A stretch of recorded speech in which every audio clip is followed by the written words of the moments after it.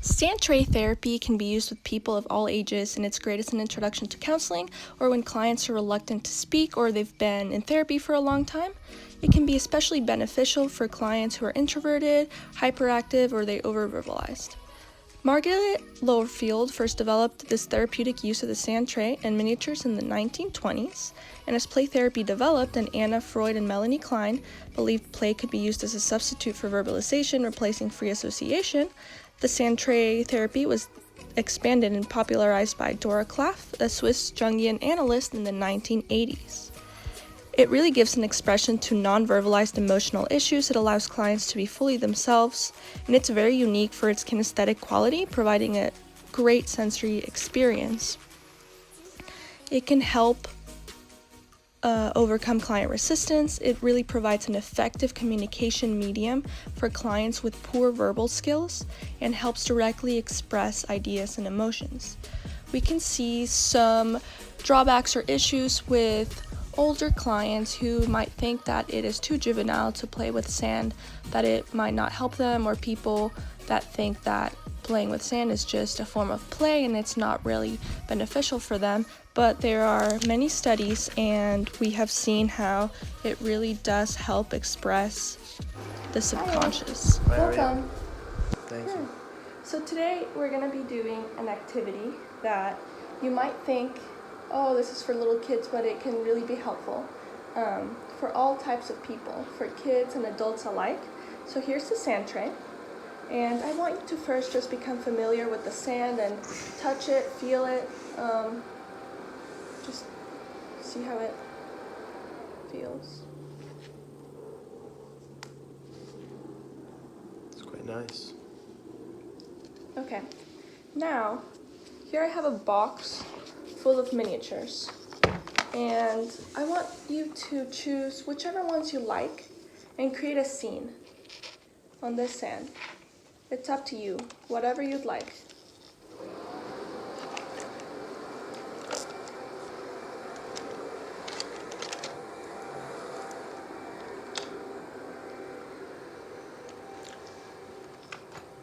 So, a scene of any kind? Yeah, Okay. in the sand. In the sand? Alright.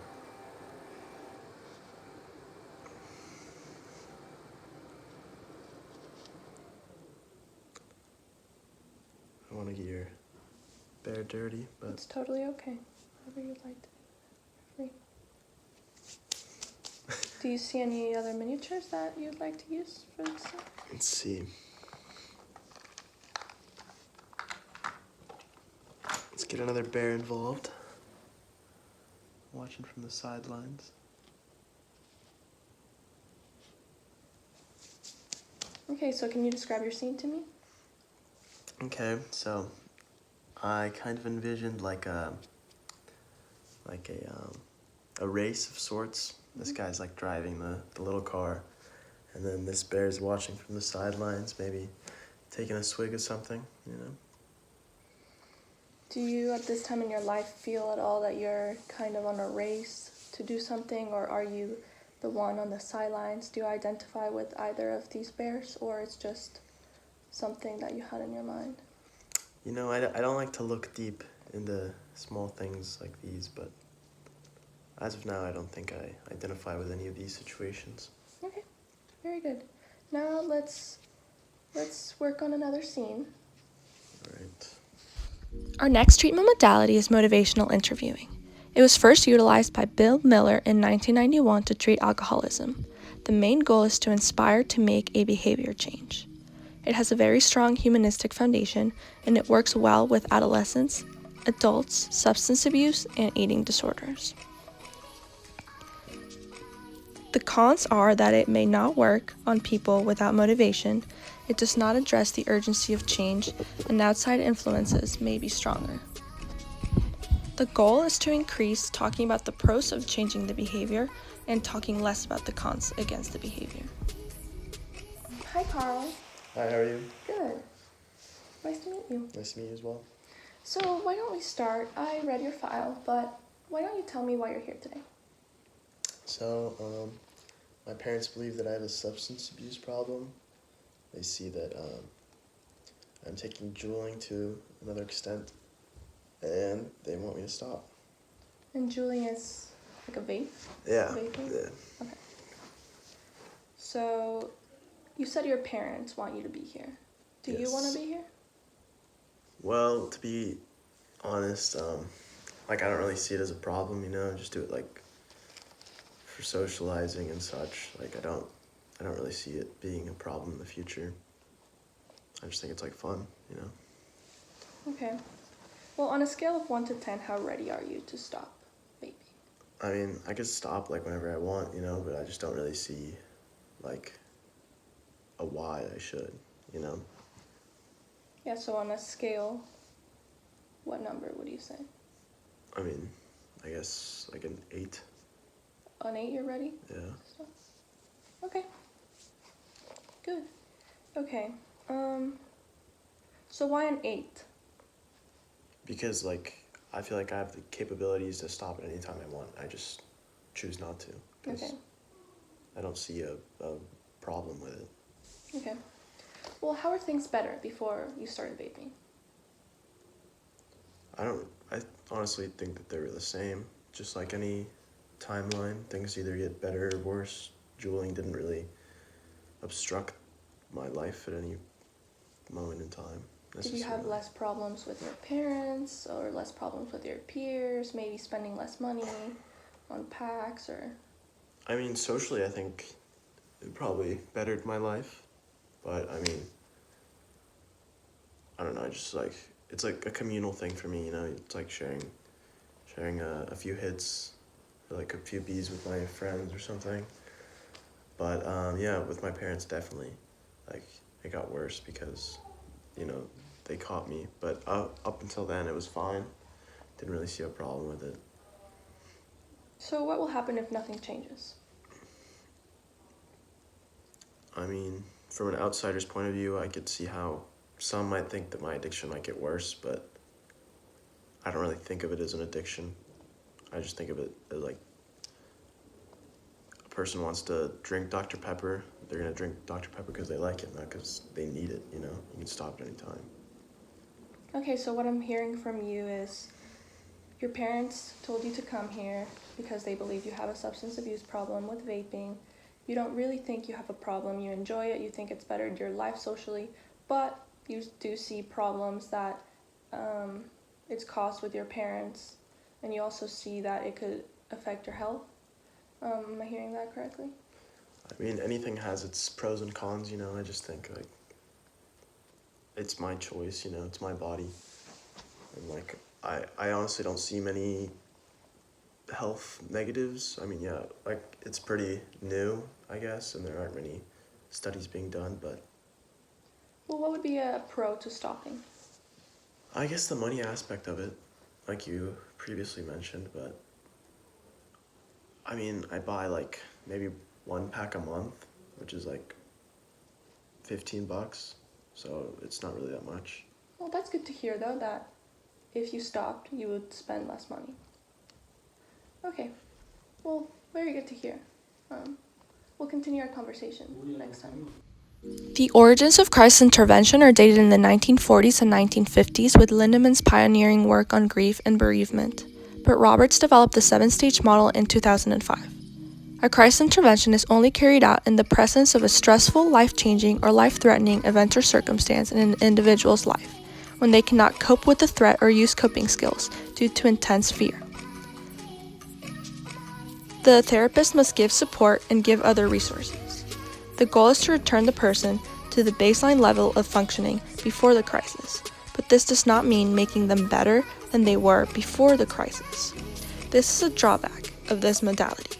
Another drawback is that it's very short, and so the termination of services may be too soon, and the client may not follow recommendations or other resources given by the therapist. Hi Tim, welcome in. Hi, how are you? Good. So how are you doing today? I'm alright, I guess. Okay. First, I wanted you to tell me just what happened. You were referred to me by Sandra, and I heard you had a car accident, but I was wondering if you could walk me through what happened. So I was hanging out with some friends. We had just played a basketball game, and it was like 9, maybe 9:30. I was driving down a road that I previously have driven by it maybe like 10 times. I don't know. I often go down that road. Um, and out of nowhere, this Toyota Corolla came coming by and like T-boned me like this. I had the red light. They had a red light. I had a green light. Sorry, I had a green light. They had a red light, and they just hit me right on the passenger side. So Okay. What did it feel like in your body at the time of the accident? well, I mean, to be honest, it went by pretty quick. I didn't really have like a reaction at the moment, but obviously like I was pretty scared, and yeah. So, you're saying you've felt pretty scared since the accident. What else have you been feeling? Yeah, I mean, I feel like it's pretty natural to be hesitant to drive again after that. I mean, I did get like pretty harsh injury. It's kind of hard to move my leg, but I mean, I don't know. I just feel like not. I don't feel like driving at the moment. You know.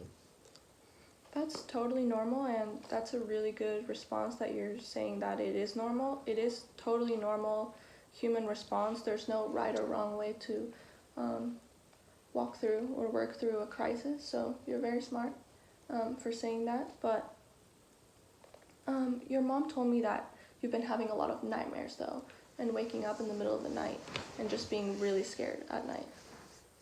Um, I think my mom gets a little like too worried about me, but yeah, I mean, I think it's also natural to, have like dreams and such about like, I know it sounds like cringy and stuff, but like traumatic experiences. It is a So, traumatic experience, what you experienced. yeah, but like I don't know. I feel like that'll just go away with time, you know. Has the fear ever been so big that you've had thoughts of taking your own life or going to sleep and hoping to never wake up? No, I don't think it's that far. I mean, it's obviously like a big factor. Like, it's one of the leading causes of like teenage death. You know, it's like pretty standard to be scared of it, I guess. Like it's less risky to take an airplane than to drive, so. But you are wanting to come because you have been distracted at school and it's hard to do your work. I mean, yeah, like I think that if like you were able to help, that'd be good. But I don't know. I just like kind of daze off and like keep remembering it, you know. Yeah. Okay. Well, just so you know, I'm going to be working hard in this process, but I want you to be working with me in this process as well, so we can work together to help you get better. Thank you. Mindfulness has its origins in ancient meditation practices, but the founder of modern-day mindfulness is Jon Kabat-Zinn, who founded the Stress Reduction Clinic at the University of Massachusetts in the late 1970s.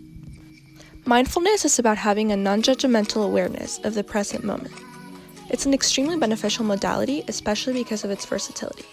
It is often used in combination with other modalities, especially CBT. It has been proving to be especially helpful to those with anxiety disorder. There are many mindfulness techniques that can be used for people of all ages.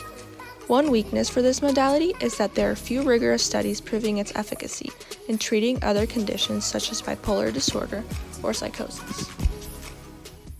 Okay, so do you know what mindfulness is? I feel like I've heard of it, but not really. Okay, so mindfulness just means being in the moment without judging anything that's going on. Just really being in the moment. Too often we are focused on the past, on the future, with your anxiety, things like that. But really being mindful of how you're feeling, your emotions, what everything around you, the environment is. Okay, so I want you to try this grounding technique of mindfulness, and this really you can use it anytime that you're feeling anxious at school or you're about to get angry. So if you'd like to try it with me. So we have our 5 senses, right? So what are the 5 senses? Hearing, sight, Smelling, touch, and taste. Taste. Okay, so we can't really taste anything right now, so we're gonna put that one off. So we'll be dealing with 4 of our senses. So first, we're gonna use our vision. So we're gonna be quiet, and I want you to notice 3 things that you can see that are really striking. Just like in the room. Mm-hmm. I guess that portrait over there. Okay. Your fern tree over there. And the light fixture. Okay. And now if you want to close your eyes and tell me 3 things that you can hear. I can hear the voice of like a woman, maybe in the other office building. The air vent.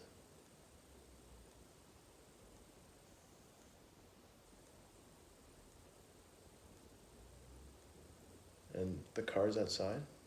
Okay, very good. How did that feel? I guess that was interesting. Like, you never really focus on some of those things. Okay. Now I want you to focus on things that you can touch. Either how your legs feel against the couch, or go ahead and you can touch the table, how it feels cool, or the glass. Anything that you'd want to touch.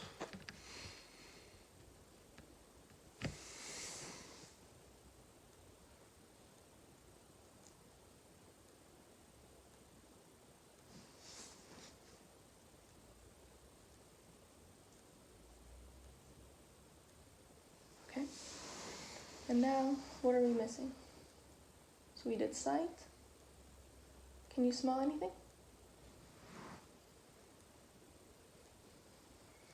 I mean, I don't think so.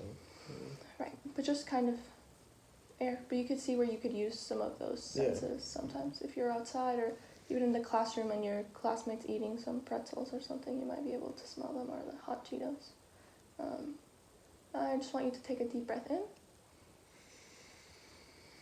and out. Okay, so how did the whole exercise feel? I think it was cool. Do you think it's something that you could do fast when you're getting anxious in the classroom, just to remind you? It just brings you back in the moment. It's very simple, but instead of thinking, oh, I'm going to fail this test, or I'm going to do bad, you just say, you stop everything and you're like, I'm going to focus on these things, the present moment. Yeah. Okay, great. EMDR stands for Eye Movement Desensitization Reprocessing. It is used to desensitize subjects' traumatic memories and alter their cognitive assessments. It was created by Frances Shapiro in 1987, when noticing that moving her eyes from side to side seemed to reduce the occurrence of her own distressing memories. It is used for people with PTSD and other complex traumas, and is seen to work quickly, and it is known as one of the most helpful ways to reduce PTSD symptoms. Some of the weaknesses of this modality is that it does not provide coping strategies, and there are many debates about its efficacy within the scientific community.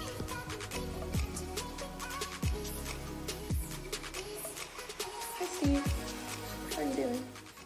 I'm alright, I guess. Okay. So I was wondering if you could tell me some detail about what incident we're going to be trying to work through today. It can be a little bit of detail or a lot of detail, whatever you'd like to share with me. Well, I think I'm a little bit uncomfortable talking about it right now. We just need a little bit of background so we can imagine some scenes or emotions that you have felt. Alright. So this past summer, my brother, he drowned in our pool at home. I was supposed to be watching him, but I was doing something else, and he just ran out, and we didn't have like a pool gate or anything, so kind of just went in. And as you're telling me those details, do you imagine the scene of everything happening in your mind? So, what's your goal of doing this session today? I honestly don't know. I mean, my mom says it'll help. She said it's like not my fault, but Okay. So maybe believing that it's not your fault? yeah, I guess. Okay. On a scale from 1 to 10, 1 being not your fault at all and 10 being completely your fault, where do you feel like you fall? Maybe like an 8, 7. Okay. And is there a specific image that represents the worst part of this incident that you can imagine? What do you mean in your by head? specific? Yeah, like if you can imagine if my incident is that I fell into a hole, and the worst part of it was as I could see up as how dirt was falling, and that image just really stuck in my head, how the dirt was falling, and that's the worst part for me. What would you say the worst part of your incident, an image that you have? Well, I guess like noticing he was gone, going outside and seeing him like face down in the water. I think that's. Okay. And what emotions are you feeling right now? I mean, I hate talking about it. I don't know. Would you say maybe uncomfortable? Yeah. Okay, on a scale from 1 to 10, how 1 being not comfortable at all and 10 being very comfortable? I guess a 2, 1. Okay. Now I want you to think of your image, and it's okay to feel what you feel and notice whatever you're noticing. And as I begin the simulation, I'm going to be moving my finger back and forth, and I just want you to follow it. And it's okay to think of your image of the incident. Just notice whatever is happening around you.